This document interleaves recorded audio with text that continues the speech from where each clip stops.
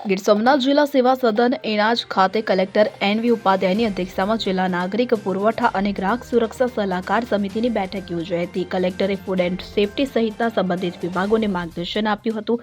તેમણે દર મહિને રેન્ડમ સેમ્પલિંગ, ઓનલાઈન વિતરણ વ્યવસ્થા જાળવવા, યોગ્ય તોલમાપ અને સેલિબ્રેશન ચેક કરવા પર ભાર મૂક્યો હતો। આ ઉપરાંત આકસ્મિક તપાસણી અને ગેસ સિલિન્ડરના વજન બાબતે પણ સૂચનાઓ આપી હતી। કલેક્ટરે સરકારે નિયત કરેલા માપદંડ અનુસાર ગ્રાહકોને યોગ્ય સંતોષ મળે તે દિશામાં કામ કરવું જોઈએ અને લોકોને અનાજ ઓછું ન મળે તેની ખાસ તકેદારી રાખવા પર ભારપૂર્વક જણાવ્યું હતું। જિલ્લા પુરવઠા અધિકારી પારસ વાંદાએ બેઠકમાં તાલાલા, ઉના અને ગીરગઢડા તાલુકાની વ્યાજબી ભાવની દુકાનોના સ્થળફેર અને જાહેરનામા સહિતની બાબતો રજૂ કરાઈ હતી। તાલાલા તાલુકામાં ઉમરેઠી, ધણેજ, જંબુર ગામની વ્યાજબી ભાવની દુકાનોના સ્થળફેર અને ગુંદરણ ગામની દુકાનને ધાવા દુકાન સાથે બ્રાન્ચ એફપીએસ કરવા અંગે ચર્ચા થઈ હતી। ત્યારે ગીરગઢડા તાલુકાના સાણાવાંકિયા અને ઉના તાલુકાના સીમર, બિંગરણ અને કોબ ગામની વ્યાજબી ભાવની દુકાનોના જાહેરનામા અંગે પણ ચર્ચા કરવામાં આવી હતી। આ બેઠકમાં જિલ્લા પંચાયતના સભ્ય ડાયાભાઈ જાલોંધરા,